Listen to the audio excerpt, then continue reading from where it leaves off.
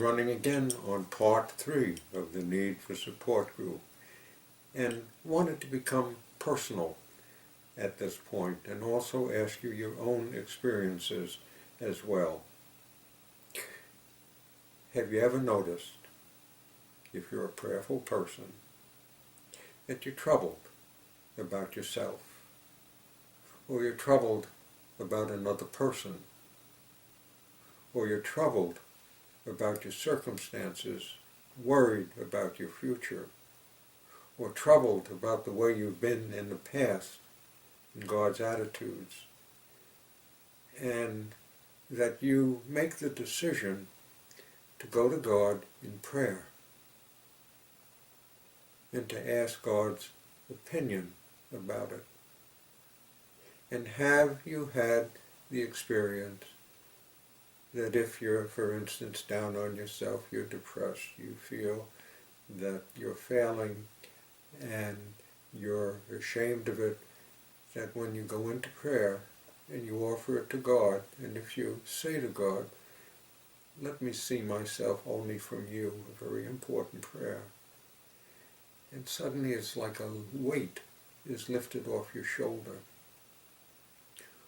Or you even hear God say to you, as happened one time in one of my groups where I was volunteering years back with homeless, that the person who went to God heard God say to them,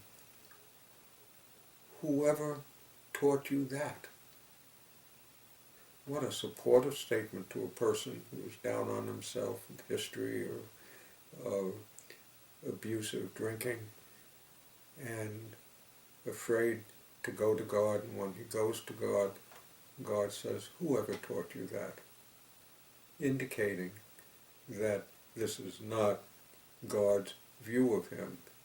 And another person in that meeting who had the same difficulty about going to God in order to find out how God felt about them, heard God say to them a wonderful statement, that God said to him, "It takes time to be able to overcome these kinds of feelings."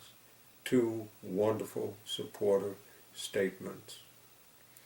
Now, have you noticed that you have had these kinds of supportive statements upon yourself when you go to God because you're down on yourself? Or you see yourself as unforgiving, down on other people, just as you would have been unforgiving of yourself. That's what causes depression. And now you're displeased with others, but you become aware of it, and you know that it's causing unhappiness in family life, with a spouse, with children, with parents, or at your job, resentments towards superiors, or argumentative with your fellow or sister employees, and you know that it's destructive, and it's got to the point where it's dangerously destructive to these kinds of relationships, and you see you can't handle it. It covers over and over and over again, and you turn to God, and you ask for help to see others the way God wants you to see them. And the viewpoint of them suddenly becomes quiet. You feel a calmness that's inside yourself, a quiet that's there. And those feelings that were there a moment ago before the prayer are suddenly not there anymore. I experience that myself, and I'm often just awed by it, amazed by it, because believe me, I have the same troubles you do. Healing does not mean that you become absolutely snowy white with nothing bother you for the rest of your days until you leave this world. What it comes down to is that you find a way when these feelings bother you over and over, because your human mind comes and chases you over and over to pull you away from any forgiveness issue and to make you unforgiving again, that the feeling suddenly isn't there.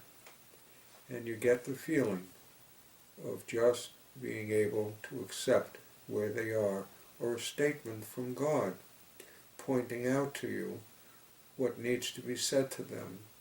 Or in the silence you get the feeling of what's to be said to them. It becomes a natural part of that silence that suddenly you see yourself that way. And to be very, very personal about it, I mentioned of what went on with my late wife and myself, that I was a very judgmental kind of person and could be very irritable, and if I was put into doubt, or if my wife did not see me the way I wanted to see her, I would become defensive and objectional, filled with objection to what they were saying, argumentative, etc.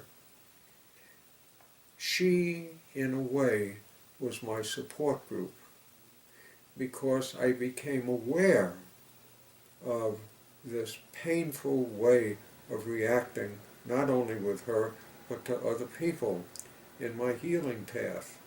And it drove me to God to be able to find an answer. And I prayed, let me see myself as you want me to see myself, so that I could get a peace and a feeling that I was loved. And indeed, God at one point said to me, the ultimate kind of support, there be but one truth, you are. I'll have to get myself together on it. Yes, you are a God and you are loved. You are a God and you are loved. What an incredible, supportive statement by God. The ultimate reassurance that I am nothing else and you are nothing else but a God, an eternal being, a God. That's how you were made, just like the God who created you, except you're not the original creator, but he makes you like himself. You are a God with the fullness and completion of that God, and you are loved. And when I got that kind of feeling, I could let my wife go ahead and have her opinions and her feelings about me, and feel she has the right to whatever she feels. I cannot demand of her to feel about me the way I want her to feel. It faded. I simply was able to sit before her and work from that feeling of the quietness that was there, and to say now what could be said as helpful to that circumstance, or not to say anything if that would be helpful in that circumstance. But it was God-led, God leading me in this support. Likewise, in groups that I attend, I am encouraged to watch my feelings towards other people in the group. Do I feel irritable, or if somebody objects to me, or sees something differently, or wants a different opinion, do I become uneasy with them? Because there we go again. There is a feeling of a displeasure, of being challenged, of looking upon a person in such a way, instead of being able to sit back and welcome the thought of whatever it would be as something that could be creative or has an error within it that calls for me to possibly mention the questioning of it, and if the error was considered by somebody or was overlooked. Again, the need for a support group, because when I spot those things, the problem is me. It's not the other person who has a different opinion or could even be critical of me, or say you're making mistakes. Whatever it is, the crucial thing is that I can look to the other and be open and let that other person be whatever it is they want to be, and say whatever they want to say, and wait for God to support me to be able to say or not say what would be helpful in that circumstance. Or being depressed about the past and looking at my shortcomings there where I wasn't healed. Again, to be able to look to God and say, let me see these feelings of guilt, of remorse, of shame for the things that I did. And I feel it and understand, just lost, didn't know how to do anything. It was just lostness. It was nothing else but lostness. And you can't condemn yourself for being lost, for being ignorant, for being unaware of how to help. And likewise of looking ahead, to be aware, I don't know what is ahead of me. I do not know how it will be handled. But when I get the feelings of worry and uneasiness about what could happen in the future, once again, God is my support group. I turn and I say, let me see this again from you. And get the reassurance sometimes that all is well. And I hear it from others that the weight lifts and they feel all is going to be all right.